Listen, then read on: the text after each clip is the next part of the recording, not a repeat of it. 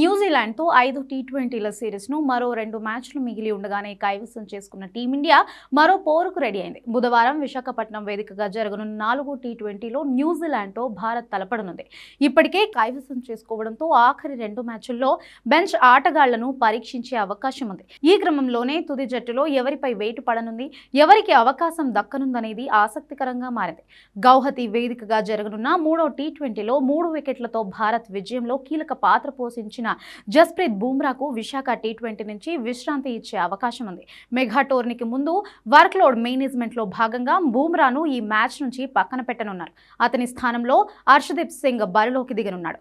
బుమ్రాను కొనసాగించాలంటే హర్షిత్ రాణాపై వేటు పడుతుంది. 3వ టీ20కి దూరంగా ఉంచిన వరుణ్ చక్రవర్తి బరిలోకి దిగితే రవి బిష్ణోయ్ ఉద్వాసనకు గురవుతాడు. అయితే 3వ టీ20లో బిష్ణోయ్ 2 వికెట్లతో సత్తా చాటాడు. సూర్యకుమార్ యాదవ్ కూడా అతను మ్యాచ్ విన్నర్ అని కొనియాడారు. వాషింగ్టన్ సుందర్ గాయపడిన నేపథ్యంలో టీం మేనేజ్మెంట్ బిష్ణోయ్ను అతనికి బ్యాకప్గా సిద్ధం చేయాలనుకుంటుంది. ఈ నేపథ్యంలోనే 4వ టీ20లోనూ అతన్ని కొనసాగించే అవకాశం ఉంది. అవసరమైతే వరుణ్ చక్రవర్తి, కుల్దీప్ యాదవ్లో ఒకరికి విశ్రాంతి ఇచ్చి మరీ బిష్ణోయ్ను బరిలోకి దించవచ్చు. వరుసగా 3 టీ20లో విఫలమైన సంజు శాంసన్ కు టీమిండియా మేనేజ్మెంట్ మద్దతుగా నిలిచే అవకాశం కనిపిస్తుంది. ఆఖరి అవకాశంగా 4వ టీ20లో ఆడవచ్చు. ఇదే జరిగితే శ్రేయస్ అయ్యర్ కు మరోసారి నిరాశ ఎదుర్కానుంది.